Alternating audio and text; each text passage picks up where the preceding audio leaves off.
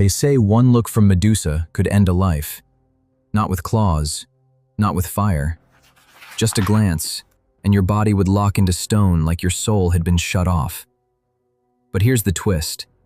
The story most people think they know about Medusa isn't the oldest version. In some tellings, she was born a monster.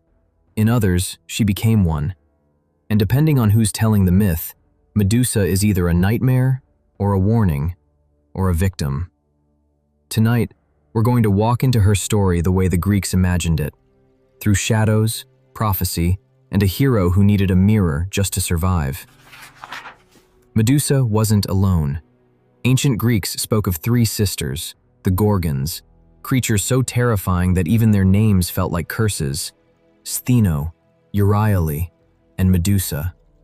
Two were deathless, immortal horrors beyond time. But Medusa, strangely, was not. She was the only one who could die. And that detail matters because it turns the story from an unbeatable horror tale into something else. A hunt.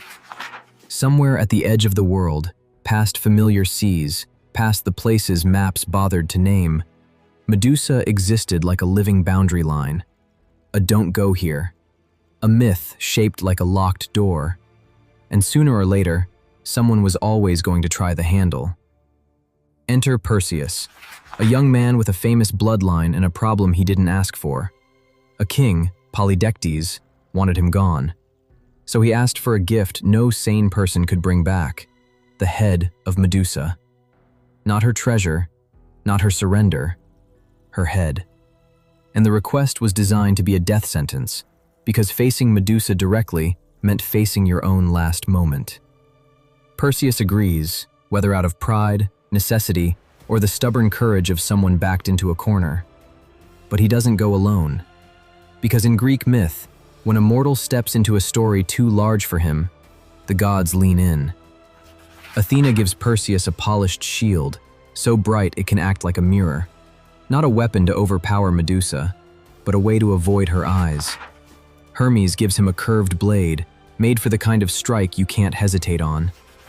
And Perseus is guided toward other divine tools, items that feel like cheat codes in a video game, but in the myth they all serve one purpose: get in, don't look, and get out alive. Some versions speak of winged sandals, others mention a magical cap that hides the wearer, and a pouch, something impossible in real life, meant to hold something even more impossible: a severed monster's head, still deadly even in death. Perseus isn't becoming stronger, he's becoming careful. At last, Perseus reaches the Gorgons. The air around them feels wrong, like nature itself is holding its breath. And then he sees the proof of the legend. Stone figures scattered like a battlefield museum, men frozen mid-run, mid-prayer, mid-scream. This is what Medusa does. Not gore, not blood, just the sudden end of motion. Perseus doesn't look at her face, he looks at a reflection. In the curved brightness of Athena's shield, he finds her outline, serpents twisting where hair should be, a presence that seems to distort the world around it. And Medusa is asleep, which raises a question the myth never fully answers. Was she resting like a beast? Or sleeping like someone exhausted by being hunted for existing? Perseus moves. No dramatic duel, no roaring battle. Just a quiet step, a measured breath, and a blade that has to fall perfectly the first time, because if he hesitates, he dies. He cuts off Medusa's head, and the moment he does, the myth turns surreal, because Medusa is not only a monster, she's a threshold. From her blood, two beings are born: Pegasus, the winged horse, pure impossibility in motion, and Chrysaor, a warrior figure, less famous but equally strange. It's like the story is telling you, even the most cursed thing can give birth to wonder.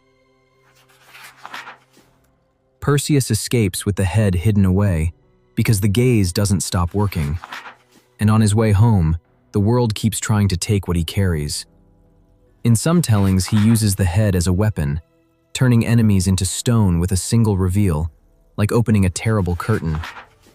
Eventually, Perseus gives the head to Athena, and Athena places it on her aegis, her shield or breastplate, turning Medusa into an emblem of power. That's one of the most unsettling parts of the myth. Medusa begins as a threat to heroes and ends as armor for a goddess. So who is Medusa? A born monster at the edge of the world? A cursed woman turned into a warning? A symbol of protection, mounted on a goddess's armor? Greek mythology doesn't give you one answer. It gives you a figure so powerful, the story keeps rewriting her. And maybe that's why Medusa still survives. Not in stone, but in the part of us that can't look away.